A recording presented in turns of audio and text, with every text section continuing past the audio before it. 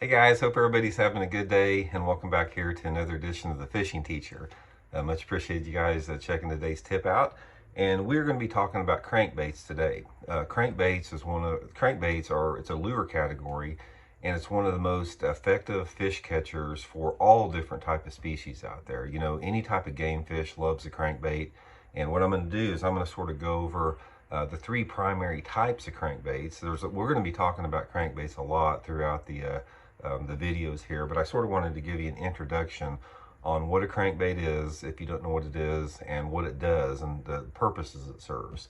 So anyway, let's talk about the primary crankbait. Now there's three different type of crankbaits primarily. You have crankbaits like this that are considered a shallow running crankbait. See the lip on it is really small, and since the lip is not very big, this crankbait tends to run shallower. This particular crankbait will only run probably 3 or 4 feet deep. And then you have the lips get bigger, where you have one like this is considered a medium bill, a medium lip crankbait, and you can see the difference in the lips here.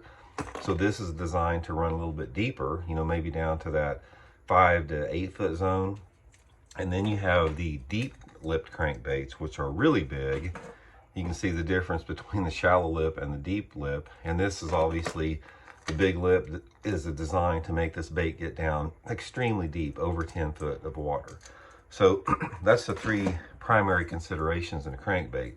But if you've never fished a crankbait before, what it does is a crankbait wobbles. So when you tie it on and you reel it through the water, it goes through the water like this, and it dives downward with the lip, and it causes that wiggling motion.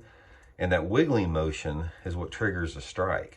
Now, one thing you'll find out about crankbaits is some crankbaits have a wiggle that's pretty tight like that, and others have a more pronounced wobble like that. Now, sometimes the fish will like, you know, a real tight wobble like that, and sometimes they like the wide wobble. And a lot of this can be contributed to different things like the temperature of the water and the visibility of the water, the time of the year.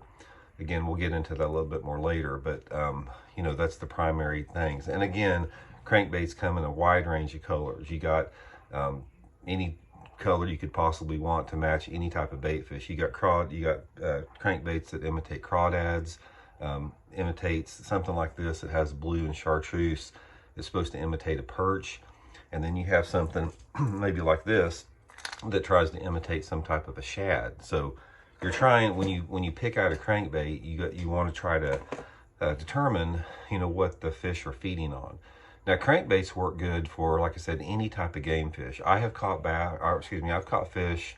Here's the type of fish I've caught on crankbaits. I've caught all different types of bass. I've caught perch on them. I've caught crappie on them. I've caught catfish on them. I've caught white bass on them. I've caught drum on them. There's really not any type of game fish that will not hit a crankbait. So it's a really good lure to learn about, you know, when you're starting out catching fish. And another thing that's really good about a crankbait for a beginning angler that doesn't know much about fishing is you don't have to do anything except cast it out and reel it in, because it has its own action. It's not like some other lures where you actually have to work the bait and put action on it. A crankbait is really a user-friendly bait if you're just getting started fishing, because you just cast it out there and reel it in steady, and it does all the work for you. So anyway, guys, that's just an introduction to crankbaits. We'll do a lot more videos in the future, you know, as far as getting into more details with it. And it's really good. It's one of the lures that you really have to you know, get comfortable with when you start fishing, because it's such a productive lure all year long. So hope it helps out. We'll talk to y'all later.